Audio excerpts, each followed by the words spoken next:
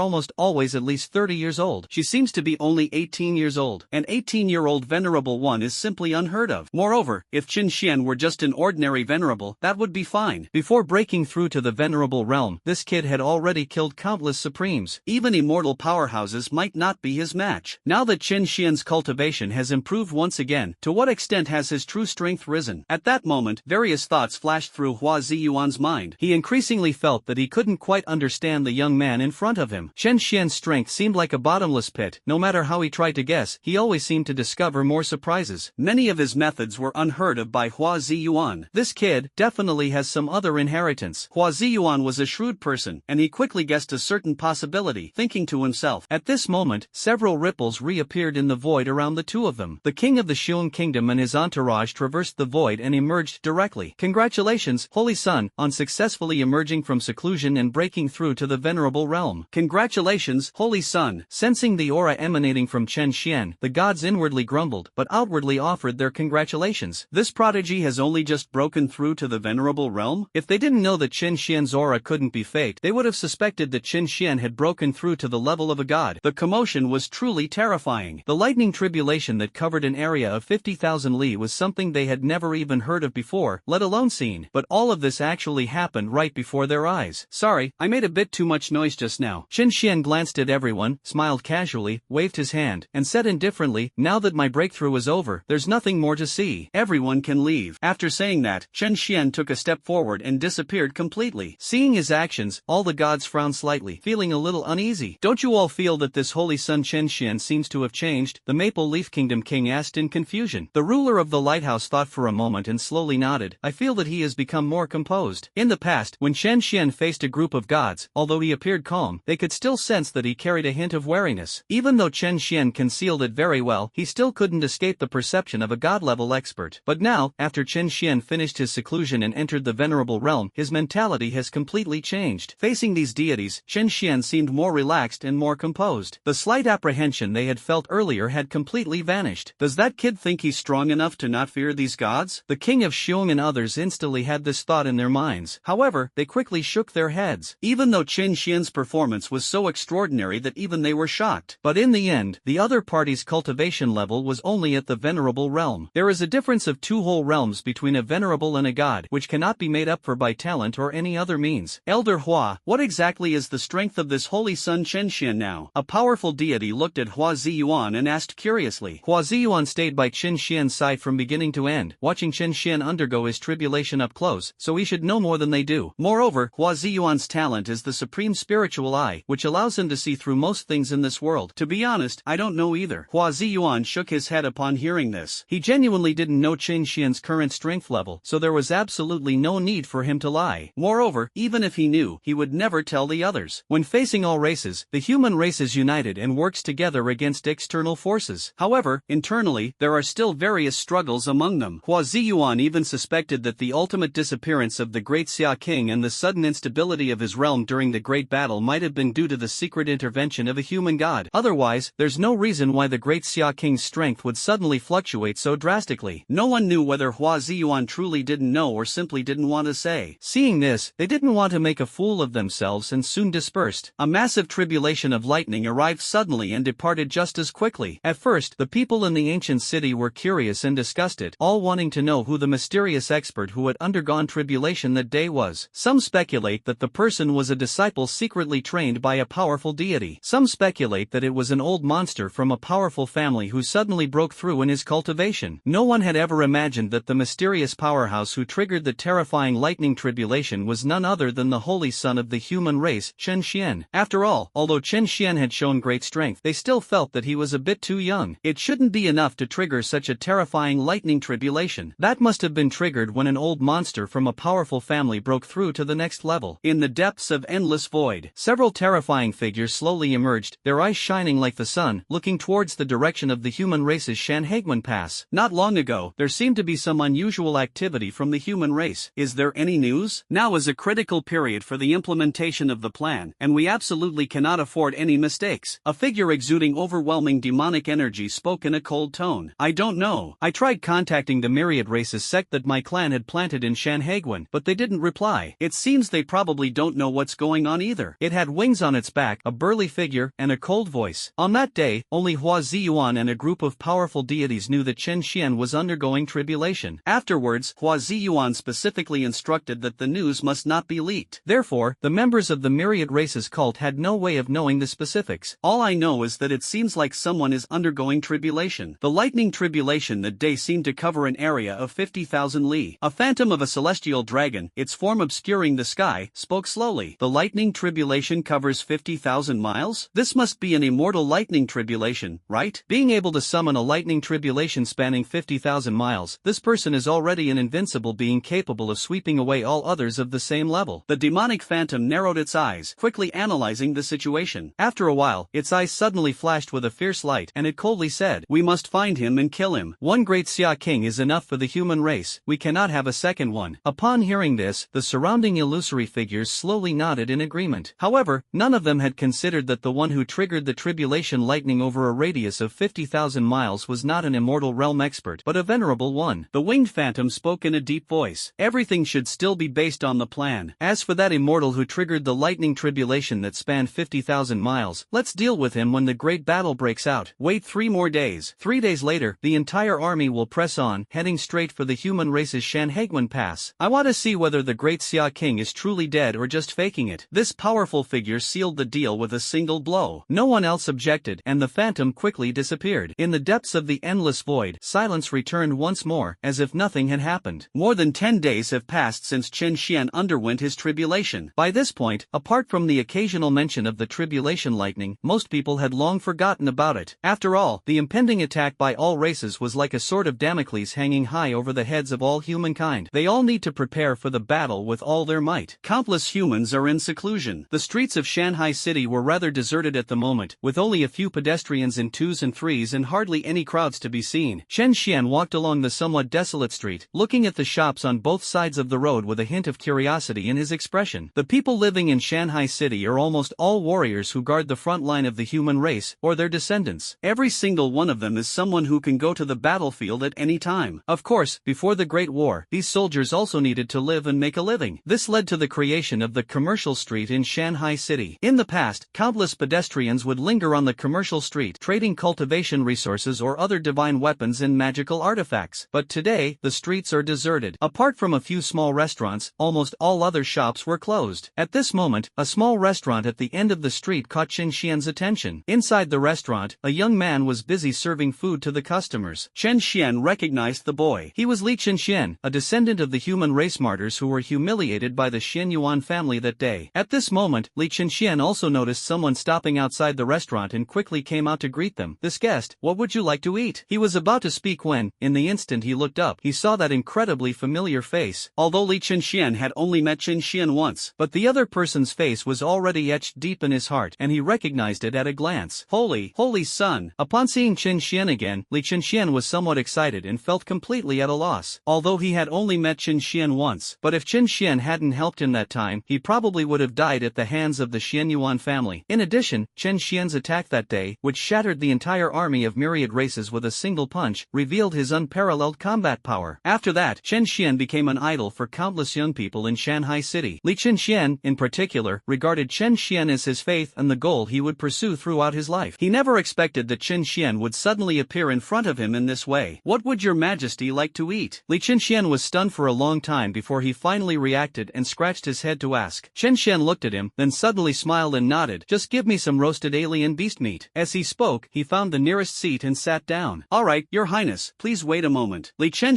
nodded quickly and ran into the kitchen. It's called a kitchen, but it's really just an area divided up by a partition. At this moment, a woman with half-gray hair, wearing an apron, was busy cooking in the kitchen. The restaurant was already quite full of customers. Judging from the looks of it, business here must be pretty good. At this moment, a middle-aged man also noticed Chen Xian. At first, he didn't care much. However, after the man saw Chen Xian's face clearly, he was first stunned, and then he began to stammer. Holy son, what brings you to dinner?" That day, he personally witnessed Chen Xian stand up for Li Chen and kill all the elders of the Xianyuan family. Chen Xian looked at him and asked in confusion, "Of course, I was there when you stood up for Chen Xian that day." The middle-aged man offered an explanation, then scratched his head, somewhat ashamed, and said, "To be honest, I'm a little embarrassed. Chen Xuan's father was actually my comrade in arms. When his father died in battle, he entrusted us with taking care of his wife and children. That day, when Chen Xian was bullied, not one of us dared to stand up and help. If it weren't for the Holy Son's intervention, we wouldn't have the face to face the child's father." As he spoke, the middle-aged man's eyes suddenly reddened, and he made a move to kneel down before Chen Xian. His voice choked with emotion as he said, "Your Majesty, thank you. If it weren't for you, and something had happened to that child, I might never have been able to hold my head up high again." Seeing this, Chen Xian pointed a finger from a distance. Suddenly, the middle-aged man felt himself being held up by an invisible force, unable to kneel down even slightly. "Are you very afraid of dying?" Chen Xian didn't mean to blame him, he was just asking asking out of curiosity. Judging from the middle-aged man's behavior, the other party didn't seem like someone who feared death. Why didn't he dare to make a move that day? I am not afraid of death, but I cannot die outside the battlefield. The middle-aged man was taken aback, then his face flushed red, and he struggled to speak. To be honest, Your Majesty, I do have a wife and children. They are all waiting for me to return home. If I had been punished by the Xianyuan family that day, or even killed, who would have taken care of them afterward? If I die on the battlefield, the human race will regard me as a martyr and provide me with a pension and various allowances. Even without me, although their lives will be more difficult, they can still get by. But if I die at the hands of the Xianyuan family, then I won't be a martyr, and the Xianyuan family might not let my family off either. As the middle-aged man spoke, he raised his hand to wipe his face, his expression filled with helplessness. Facing Chen Xian, he dared not hide anything. He revealed all his considerations from that day. Chen Xian listened quietly, a cold glint suddenly appearing in his eyes, making the surrounding space seem to freeze. The Xianyuan family, they truly deserve to die. These human warriors shed their blood and sacrificed their lives on the front lines, even at the cost of their own lives, for their descendants and for the human race. However, the Xianyuan family acted arrogantly and domineeringly in the rear, relying on their past merits and their own strength to constantly oppress these soldiers. A man who stands tall and fearless on the battlefield, who is not even afraid of death, has revealed such a helpless side today because of them. At this moment, Chen Xian's resolve hardened once again. He had to destroy the Xianyuan family. Even if the other party's ancestors did make great contributions to humanity, that is not a reason for them to do whatever they want. You did nothing wrong, and you don't need to blame yourself. In that situation, if it were anyone else, they probably wouldn't have had a better solution. Chen Xian gathered his thoughts and said something casually. Immediately, he swung his hand sharply. The surrounding free energy surged wildly toward this side, directly entering the middle-aged man's body. The middle-aged soldier was stunned. Before he could react, his body suddenly shuddered. His cultivation level actually jumped from the peak of the town general realm to the marquis realm in an instant, breaking through the barrier.